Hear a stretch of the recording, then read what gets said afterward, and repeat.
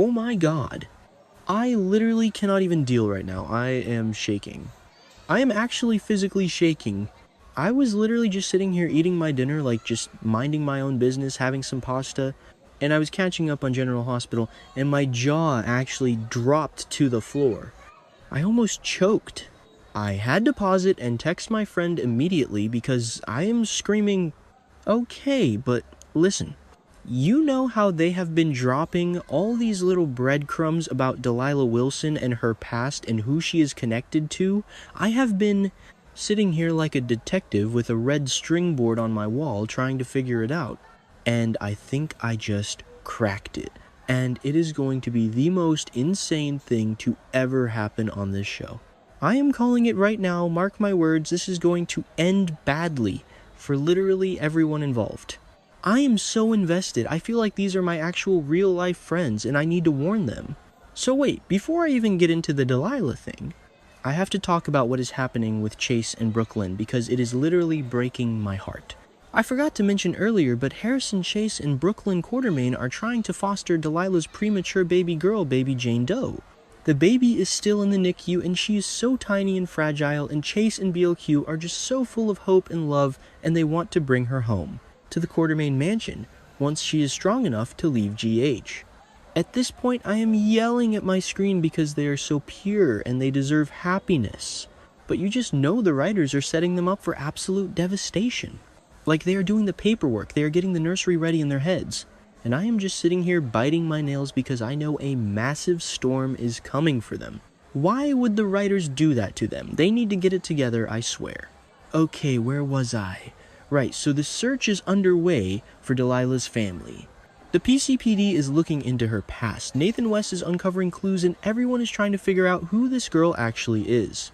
And guys, what if the trail leads to literally one of the most dangerous men in Port Charles? I am talking about Jens Sidwell. Yes, Jens Sidwell. I am actually hyperventilating just thinking about it. What if Jens Sidwell is Delilah's biological father? I know, it sounds wild, but just think about it for a second. We already know Marco Rios is Sidwell's son, even though they were estranged for years until they recently reconnected. What if Sidwell had an adult daughter that literally nobody was aware of? It makes so much sense. I am actually mad I didn't think of it sooner. Honestly, it is entirely possible that Sidwell got a woman pregnant years ago and never even knew she had his child. Like maybe Delilah's mother kept her baby's paternity a secret to protect her. Which is honestly so valid considering what Sidwell is capable of. The man is a literal menace. He flexes his power over Willow Kane. He is throwing this high-stakes dinner party at Windermere to unite Lucas Jones and Marco Rios. And he is just generally terrifying. Or wait, actually, what if Sidwell DID know Delilah was his daughter, and they just didn't have much of a relationship? Like I said, he was estranged from Marco for a long time. Maybe he has this whole secret family dynamic going on that we know nothing about. I am so stressed out by this family tree, I can't even see straight. And don't even get me started on the art connection. Oh my god, the art connection. I forgot to mention earlier, but Delilah had a list of art galleries for Soho and Chelsea in her luggage. She was clearly involved in the art world, maybe as an art dealer or something. And who else in Port Charles is obsessed with art right now? Jens Sidwell. Ava Jerome has been helping Sidwell acquire new art pieces, and she has been super impressed by the pieces he already has in his collection. What if Sidwell has been buying pieces from Delilah as a way to try and reconnect with her? What if he was her secret benefactor? I am dead. I am literally dead. The pieces are all falling into place, and it is blowing my mind. Ava is literally sitting right in the middle of this, and she probably doesn't even realize it yet. Wait, did I already say that? Whatever. Anyway, it is super obvious that Delilah was in some sort of massive trouble. She came to Port Charles, suddenly she ends up in a tragic situation, and she leaves behind a premature baby. What if she was coming to Port Charles specifically to find Sidwell and ask for his help? I can totally imagine Delilah getting in way over her head with some shady art world stuff or whatever, and realizing she desperately needed assistance from her powerful, intimidating biological mob dad. That completely explains her sudden trip to PC. She was seeking him out because he is literally the only person scary enough to protect her from whatever was chasing her. And now she is gone and her baby is sitting in the NICU. Speaking of people being chased, I have to take a quick detour because I am so stressed about Jason and Britt. I know this is about Delilah, but I literally cannot hold this in. Jason Morgan and Britt Westbourne are trying to escape to Canada because Ross Cullum is a dirty WSB director who wants to neutralize Jason and keep Britt as a lab hostage for his cold fusion program. Jason is redoing his will, making Alexis Davis the guardian of Danny Morgan and making vows to Sonny. And then, Jason catches Carly with Valentine Cassadine and absolutely rips into her. I was like, are you serious right now, Carly? Why would she do that? Jason is literally trying to save Britt's life from Huntington's and Cullum, and Carly is messing around with Valentine. And then Jocelyn and Jack Brennan find out there is a WSB traitor and they could be killed. The anxiety I am feeling for Jason right now is off the charts. Steve Burton is taking a hiatus and I am terrified they are going to presume him dead again. Okay, deep breath. Back to Delilah. So if Delilah really is Sidwell's daughter, you can bet your absolute bottom dollar that he is going to want to get his hands on his granddaughter. The second Sidwell finds out that baby Jane Doe is his flesh and blood, it is going to be game over for everyone else. He is not going to let his granddaughter be raised by a cop like Harrison Chase and a quartermain like Brook Lynn. He is going to insist on raising that little girl as his own, probably in some twisted, dark, heavily guarded compound. Chase and Brook Lynn are going to be in absolute panic mode. They are going to be fighting a literal supervillain for custody of this baby they have already fallen in love with. I can't breathe. This is going to destroy them. And think about the Windermere dinner party. Sidwell is hosting this massive bash for Marco and Lucas, and Ava and Lucy Coe are going to be there getting into confrontations. Jack Brennan is invited. Pascal is wandering around looking highly expendable.